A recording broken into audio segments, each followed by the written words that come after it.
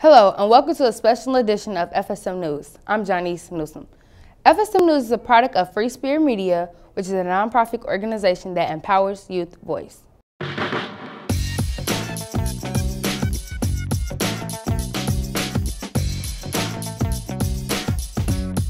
The long election season is finally over with President Obama the declared winner with 4 more years ahead of him. In this week's newscast, we will look at the atmosphere of election night and its exciting outcome.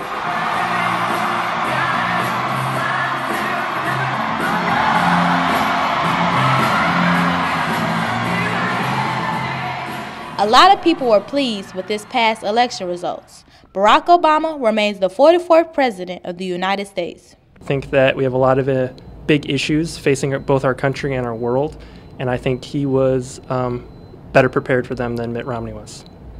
President Obama has a lot of support from his voters because they believe he has the great potential to lead this country. I support Obama because ultimately when I look for a leader, I see those qualities in President Obama. He has the best interest of the people. According to his supporters, Barack Obama will work hard to lead citizens through difficult challenges in the U.S. I think what's really going to change it is his view on tax. He really supports the middle class. So I think with the things he's trying to implement, the economy will improve while not putting a huge economic burden on the middle class. Right now, obviously, we have a big financial crisis that could potentially come up. And so I think that part of it is we need to have some sort of tax raise in place, which Mitt Romney was not prepared to do. Reporting for FSM News, I'm Jamie Stubbs. Change and reform was at the forefront of this year's election.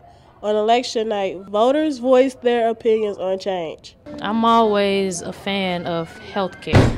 So, I think everyone should have a fair chance at health care, not just because they don't work or because they're a veteran. I would like to see more safety net program and projects in place for our youth, for all people, for all ages, for people that need to make transitions to next levels in relationship to the economic development and the social securities. These voters were so passionate that nothing could stop them from voting. Could have been a tornado outside. I was still going to show up to vote. The rain didn't stop the voters. They pushed past the wet and the cold air to make their opinions count. It motivated me to come out because if I can do it, everybody else can too. Some voters were eager to make their vote count. I voted again for the second time in my life for Barack Obama, and in another 4 years, I plan on voting again. Thank you. Thank you. Reporting from FSM News, I'm Amane Winston. This past election marked a monumental moment for some high school youth. FSM News spoke to 18-year-olds who voted for the first time. Check out their experience.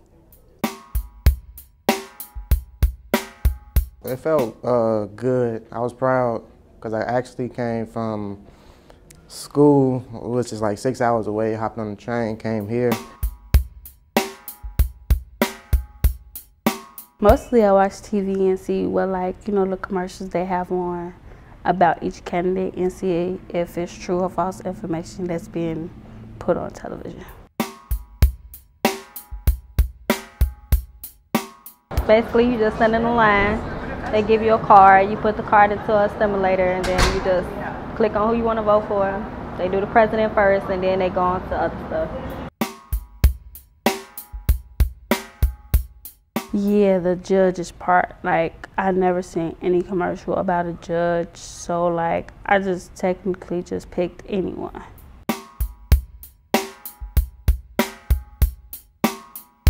Yes, I did feel like my vote made a difference because, I don't know, it's my vote and you're supposed to vote, so I did.